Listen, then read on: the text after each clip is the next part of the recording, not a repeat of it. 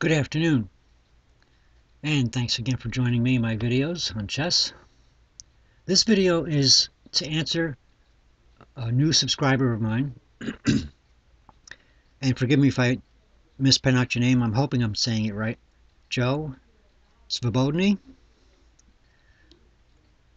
He had commented on one of my oldest videos on old chess notation explained, and he mentioned a book which I do happen to have, and he was asking me to explain what the what's his name?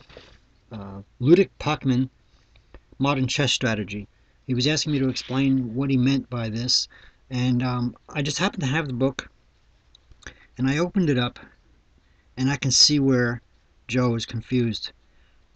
This is kind of a testimony as to why I own about 24 chess books, and they all have about a 1/16 of an inch of dust on the tops of them because I find it difficult to read chess books.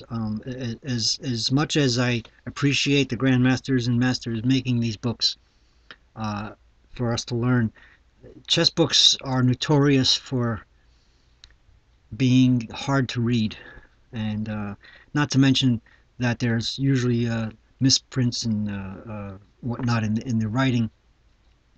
But nevertheless, I did read.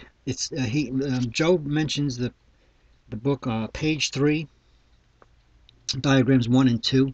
I set up here, this is diagram 1 on page 3, and I was telling Joe in a reply comment that Ludek Pachman seems to use both notations because he talks about pieces being on let me see.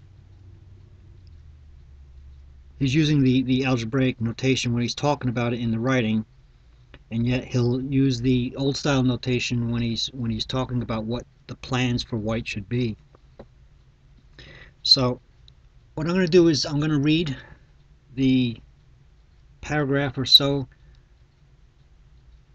verbatim, and then I'm going to diagram out with arrows showing what it's meant. What the question was is what does he mean by all these bishop takes queen pawn, queen to king rook 5, etc. If you notice, I have this. I can't see it on in my screen right now, but I have on the bottom of the screen verbatim out of the book what the moves were put. And what I explained to Joe was that this is all of white's moves. This is what white should be thinking about doing. So let me go ahead and read that, and then I'll start the arrows. Okay, on page 2 it starts out, in diagram 1 we have a position from the rarely played variation Roy Lopez. In practice, this position has not been sufficiently tried out, and the theoreticians have differing views on it. We notice that black has material advantage of 2 pawns, not counting that on d6. Now see, he says d6, and in his writing, d6 is here. That's the pawn he's talking about. Okay? So, not counting that on d6, which cannot be held. So he's saying that that pawn is a weak pawn. It's going to be taken by that bishop any second now. He is, however, behind in development, and his pieces are passively placed. Massively.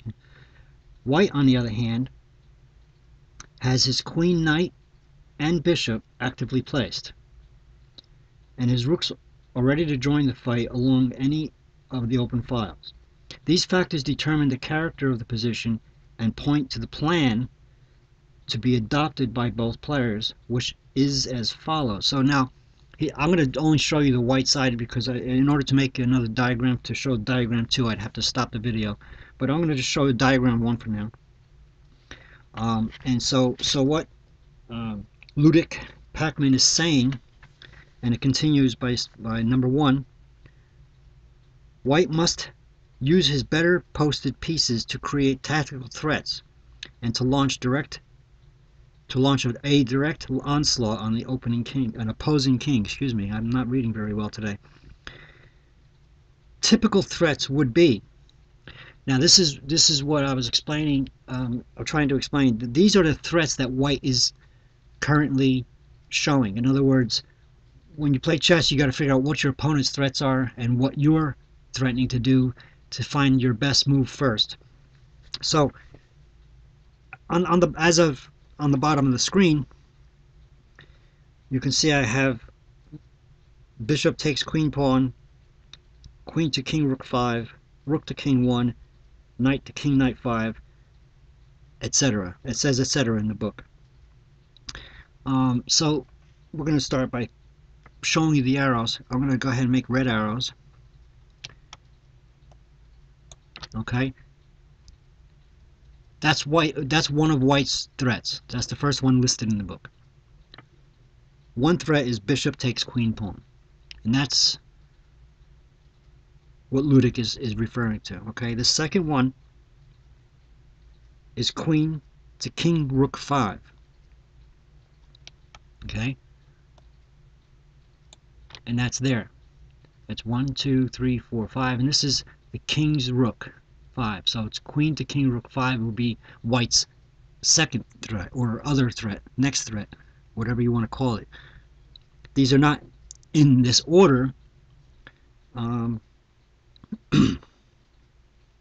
The third one listed would be rook to king 1. Now, I think Ludek should have specified, because either of these rooks can move to king 1, which happens to be e1 in the algebraic notation. But let me see if I can come up with a different color here. I think it's... No, that's not it. Let's try that again. I guess I could only make green or red. I thought I could make a yellow. I don't remember how to make a yellow one. How do I make a yellow arrow?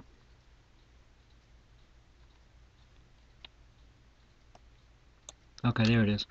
Alright, so I mean obviously both rooks can move to the king 1, but I think Ludek should have specified in the book. He didn't.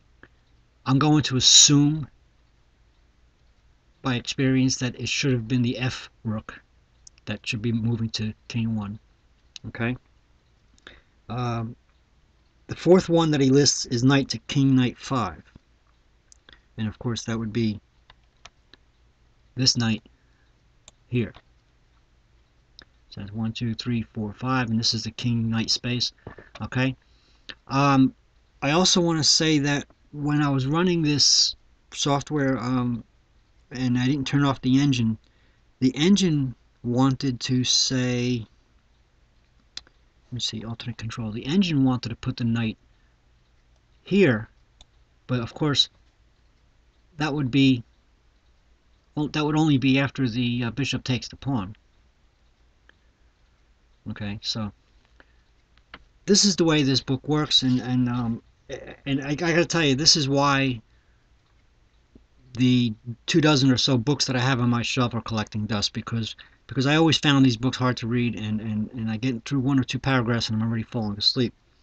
Sometimes they're not very explanatory. Let me see. The grandmasters or the masters who make these books are certainly good at chess, but perhaps they're not so good at writing. But in any case, I'm not going to do the second diagram, but I will read the rest of this paragraph. So after I read white must use his better posted pieces to create tactical threats, and then it goes on to show you the threats, and I just showed you them on the arrows. It goes number 2. Black must attempt to parry the immediate threats and complete his development and convert his material advantage to by simplification. Okay. It goes on to say, and I'm only going to read like a sentence of this, it is only by accurate and deep analysis of the possibilities of both players that we can state whether white or black has a better has better prospects in this plan. So I'm not going to read any further. But that is the crux of the situation. And again, thank you, Joe, for bringing this up to me. And it's cool that we both had the same book. Again, that's the first time I pulled that book off the shelf in years. I had to literally dust it off to read it. But I hope this was helpful. And again, thanks for making these comments. It is what I had asked when I first started making these videos. I had asked people to comment and ask, what it is that they want to see. And Joseph Abodny um, did a perfect thing in commenting and asking me about that specific book. I do have a couple dozen books. If any of you have those books, have a book that you might think I have and you want something explained, I'm learning by doing this because I didn't see this before. Since I've been doing these videos, you're not the only one that's learning. I'm learning as I'm doing them. My chess game has improved since I've been doing these. So regardless of whether or not um, um, I make anything monetary out of this, it is helpful to me because I'm learning just as much as you are, I think. Maybe more, I don't know. I found that teaching is also learning. So for all you chess players out there and who want me to make these videos, if you have kids who want to learn how to play chess, teaching them also makes your game better too. So thanks again. Keep on playing. And by all means, please comment, ask questions, and keep on learning.